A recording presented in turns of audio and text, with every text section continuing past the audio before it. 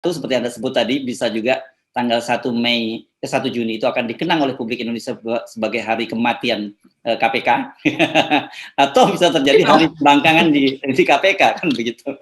Terima kasih telah klik video ini. Terus support channel ini dengan cara subscribe, like, dan komen. Selamat Anda semua, ini kita memasuki hari Senin, hari awal pekan kerja, tetapi di tengah sana di KPK di sekitar Kuningan ini ada ratusan orang yang masa depannya di KPK tidak jelas. Ini Bung Rocky ya. Jadi sampai tadi malam itu sampai Minggu malam ada sekitar 700 orang yang dinyatakan lulus tes wawasan kebangsaan itu menolak untuk dilantik sebagai ASN di KPK sampai ada kejelasan terhadap 51 orang rekan-rekan mereka yang dinyatakan tidak lulus tes wawasan kebangsaan. Ya, akhirnya kita tiba pada ujung dari misteri ini. Yang dulu diliputi segala macam isu.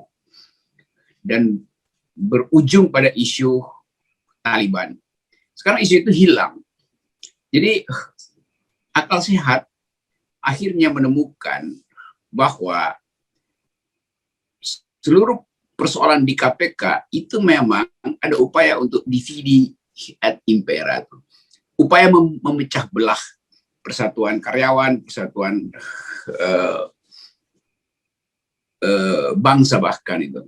Jadi saya menganggap bahwa satu hari lagi ukuran ini akan jadi parameter utama untuk membuktikan bahwa kekuasaan memang berkehendak buruk terhadap KPK. Nah, kontras itu yang terlihat. Jadi yang biasa disebut kerohanian manusia KPK ini akhirnya beraglutinasi, itu bahasa kedokteran, menggumpal menjadi kekuatan moral. Dan inisialnya, kalau departemen lain mungkin, kalau ingin dipecah belah karyawannya itu dengan mudah. Ditakut-takuti untuk tidak dilantik, tidak naik pangkat. Tapi KPK ini punya satu kimia moral yang lain, yang disebut kolegial, kolektif kolegial. Jadi itu yang dilupakan oleh pimpinan KPK, dilupakan oleh Presiden. Bahwa kekuatan moral itu membeku menjadi gumpalan energi akhirnya. Mulai dari 75 orang, 24 merasa tidak jujur kalau kami dipisahkan dari teman-teman kami. Lalu timbul diskurs baru, diancam diam-diam, kalian mau nggak? Kalau nggak mau, nanti nggak akan jadi ASN. Itu sama dengan mahasiswa diancam, kalau nggak ikut wisuda, nggak akan dapat ijazah. Loh, dia udah lulus, ngapain lagi? Terserah dia mau ikut wisuda apa nggak wisuda, tapi hak dia udah dia peroleh. Karena pelantikan itu cuma seremonial, apa susahnya ditunda? Karena energi moralnya masih dikonsolidasikan. Supaya ada penghormatan juga pada mereka yang bertoleransi dengan teman-teman mereka yang tidak dilantik. Karena tetap di dalam proses itu terlihat diskriminasi. Jadi mereka yang ingin dilantik juga merasa tidak adil kalau yang lain itu hanya menonton mereka. Ini yang disebut sebagai apa namanya itu? Dulu Aristotle, filsuf Yunani itu mengatakan the whole is greater than the sum of its parts. Jadi keutuhan itu lebih besar jumlahnya dari sekedar perjumlahan anggota-anggotanya, bagian-bagiannya. Nah, saya menganggap bahwa sekarang the whole itu bukan lagi wholeness-nya KPK, tapi seluruh masyarakat sipil menguatkan ide moral di KPK. Jadi kalau disebut, kan cuma tinggal berapa, 720 orang yang bersimpati, separuhnya lagi kan ingin dilantik. Enggak. Seluruh masyarakat Indonesia berakal sehat menginginkan solidaritas itu tuh. Itu yang malam ini kita akan lihat nanti bagaimana rapat-rapat virtual di kalangan LSM, BEM, mahasiswa, bahkan di kalangan kabinet menteri sendiri itu pasti kasakusuk nih apa yang akan terjadi besok ya di tanggal 1 Juni. Jadi ini adalah ukuran moral terakhir dan Presiden sampai sekarang nggak mau ngomong apa-apa. Padahal Pak Firly juga mungkin tunggu sinyal dari Presiden, dia mau ngapain gitu. Ya. Ini saya anggap to be or not to be. Mau lanjut apa enggak bangsa ini. Jadi perluasan ide pembangkangan ini, saya sebutnya pembangkangan, karena memang mereka berhak membangkang, karena melihat ada ketidakadilan pada teman-temannya. Jadi 1 Juni akan jadi hari pembangkangan nasional. Ya, oke. Dari 1.274 yang sudah menyatakan menolak ini hampir 700, 693. Jadi sudah lebih dari separuh, Bung Rocky, dan sangat mungkin akan bertambah terus. Dan baru nanti malam, seperti dikatakan oleh Wakil Ketua KPK Nurul Gufron, mereka akan membahas soal ini. Dan ini yang menarik kalimatnya Nurul Gufron. Dia menyatakan bagaimanapun mereka menghargai sikap dari para anggota KPK, pegawai KPK yang menolak dilantik ini, karena kan menurut dia katanya solidaritas itu adalah persatuan, bagian dari sila Pancasila. Statementnya ini cukup menarik, dan saya lihat memang ada semacam sikap yang mendua di antara pimpinan KPK, karena Nurul Gufron kan sejak semula juga pernah menyatakan bahwa mereka tidak akan dipecat, tapi kemudian Firly menyatakan dipecat. Jadi sebenarnya kita sendiri juga menengarai ada perpecahan di kalangan internal pimpinan. Seperti dikatakan oleh seorang mantan pimpinan KPK, ada 2 orang sebenarnya yang menolak. Ya, bahkan bukan cuma KPK, PDIP juga saya kira terpecah. Karena tetap saya duga ada unsur-unsur di PDIP yang ngerti persoalan ini dan bisa menganggap bahwa persoalan yang nggak diselesaikan di KPK, persoalan KPK yang tidak mampu diselesaikan, itu kan berimbas ke PDIP. Jadi ketegangan itu bukan cuma di KPK, tapi ada di istana, ada juga di partai-partai besar. Ini hal yang sudah dihitung dari awal, bahwa akan macet. Kan ini kan operasi intelijen sebetulnya kan. Ini semua didasarkan pada kecurigaan. Tidak ada transparansi. Tiba-tiba kecurigaan itu mau dilegalkan dengan tes kebangsaan. Nah, di situ konyolnya tuh. Ini problem kita tuh. Jadi saya anggap bahwa ini operasi yang gagal dan udah menyerah aja sebaiknya.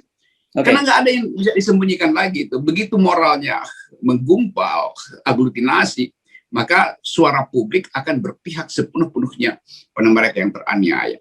Lalu orang akan hubungkan lagi bahwa setelah KPK itu berarti ada lembaga lain yang akan digusur atas dasar jalan pikiran yang sama untuk mengefisienkan kekuasaan supaya tidak terlihat rencana korupsi. Jadi ini udah jadi jalan pikiran publik. Itu bahayanya tuh.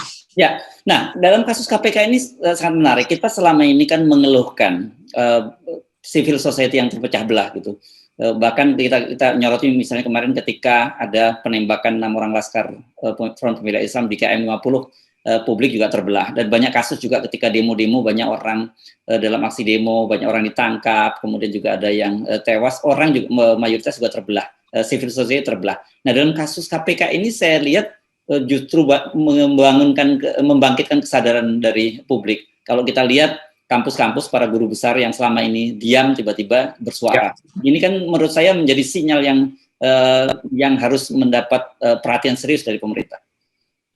Betul, dan kesadaran itu, saya beberapa jam lalu masih bicara dengan beberapa guru besar yang berupaya untuk cari tahu apa sebetulnya yang terjadi. Saya mesti terangkan itu, latar politiknya tuh. Dan semua sepakat bahwa ya memang ada ketidakadilan. Karena social origins dari KPK itu bukan soal fundamentalisme, tapi soal menginginkan beberapa kasus ditutup.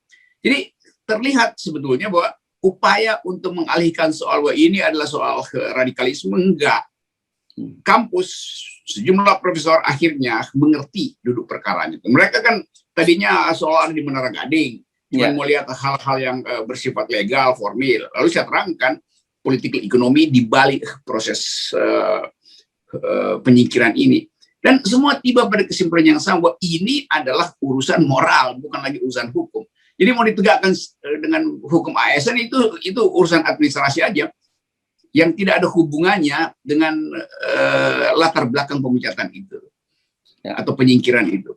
Jadi ini gula-gula yang diberikan pada mereka yang ingin jadi ASN supaya seolah-olah terlihat bahwa kan betul kan ada yang memang menginginkan jalur formil dan yang lain sebetulnya adalah pengacau. Nah sekarang yang mau jalur formil nggak berhasil dibujuk dengan sugar cover, dengan permen.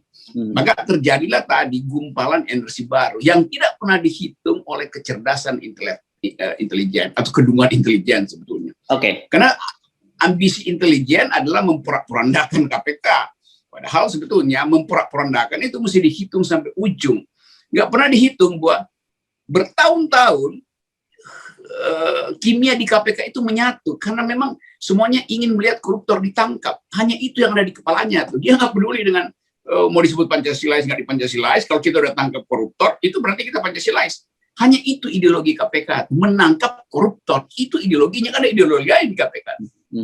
Dan menjadi ironis ya kalau kemudian banyak sekali orang yang terbukti menjadi koruptor kemudian mengklaim dirinya sebagai yang lebih Pancasilais dari mereka-mereka yang akan memerangi koruptor.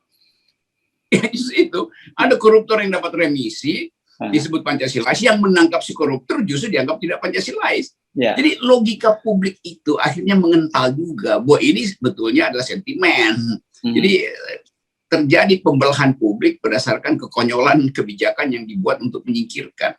Itu akibatnya kalau otak nggak dipakai untuk bermain politik, itu akhirnya di ujungnya tuh terbongkar kan.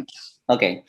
Bung Rocky, kalau kita mengikuti semua proses, kan kita semua publik sampai satu pemahaman bahwa sebenarnya pemerintah ingin melumpuhkan, bukan hanya pemerintah, saya kira para politisi di parlemen itu ingin melumpuhkan KPK. Kalau kemudian mereka sebagian besar atau mungkin nanti malah semua karyawan KPK untuk menolak dilantik dan kemudian KPK itu bubar, bukankah itu sebenarnya yang mereka inginkan malahan? Ya, dia inginkan itu. Tetapi yang dia inginkan tidak lagi di dalam tujuan dia.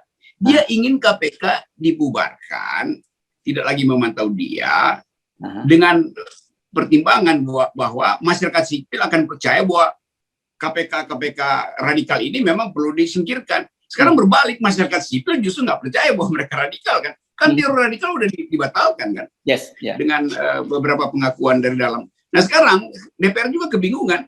Kalau dia dibubarkan, nggak ada yang pro pembubaran itu. Masyarakat sipil dan pers bersatu untuk menentang pembubaran KPK, untuk menentang penyingkiran reserse-reserse kritis di KPK. Ini konyolnya. Ya, kan Anda kemarin menyatakan bahwa kelihatannya KPK tetap ingin pertahankan, tetapi fungsinya berubah dari menanggapi para politisi pendukung pemerintah yang melakukan korupsi menjadi menanggapi orang-orang politisi yang berseberangan dengan pemerintah atau orang-orang yang dianggap berseberangan dengan pemerintah. Jadi kelihatannya tujuan itu mungkin akan sulit terwujud dengan situasi saat ini. Ya itu akhirnya jadi konyol kan. Ya. Nanti akhirnya KPK bubar dan pemerintah nggak punya peralatan untuk menangkap oposisi kan. Koruptor-koruptor yang akan dijadikan target seolah oposisi itu. Jadi ini jadi menang jadi arang, kalah jadi abu akhirnya tuh. Jadi intinya tuh. Nah kita pers FNN selalu jeli melihat itu karena itu selalu ada editorial FNN yang mengingatkan hati-hati dengan permainan politik semacam ini tuh. Tapi pemerintah menganggap ini FNN ini bagian dari para pendukung radikalisme di KPK.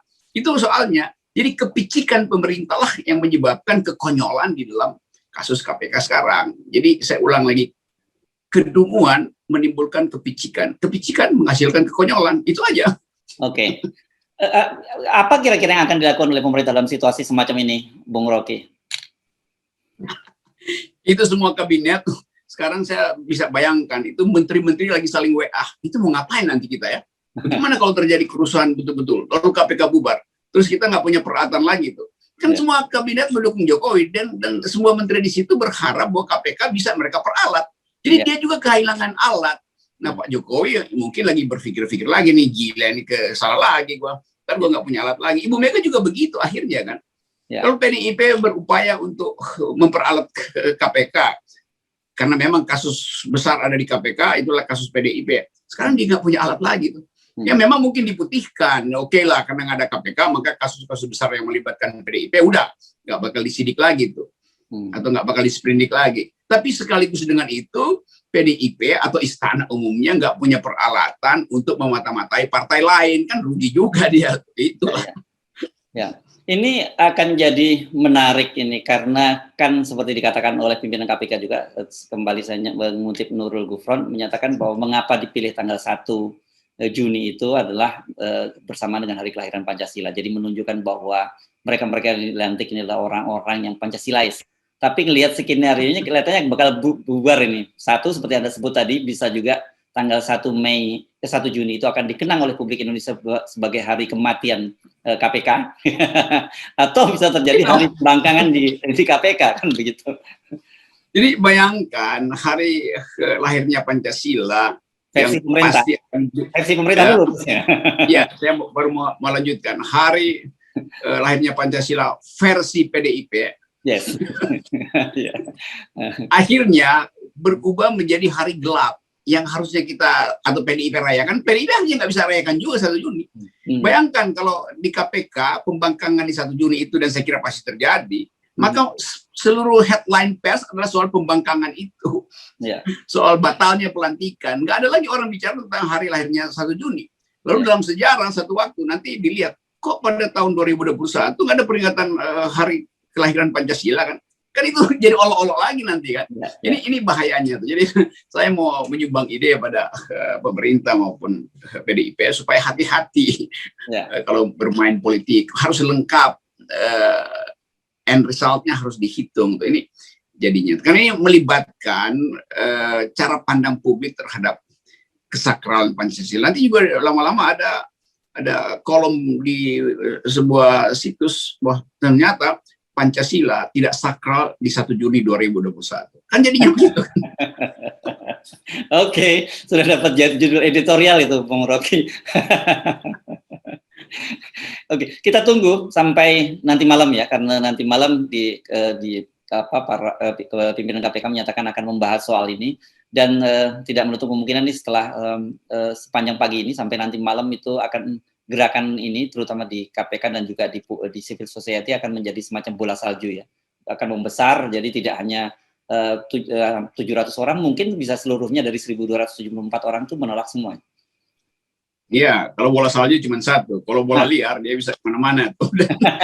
Dan semua orang lagi menunggu bola liar sebetulnya. Saya bisa pastikan BEM mahasiswa lagi rapat. Pada saat yang sama PDIP sekarang lagi rapat lebih serius lagi tuh. Partai-partai lain juga lagi rapat. Kabinet pasti lagi rapat malam ini. Pak Jokowi pasti lagi panggil penasihat-penasihatnya. Jadi ini malam yang merupakan malam penentuan apakah Pancasila akan dilahirkan besok atau Pancasila tidak akan diingat lagi mulai besok. Yes. Itu. Oke. Oke, terima kasih Bung Rocky. Sip. Bye. Bye.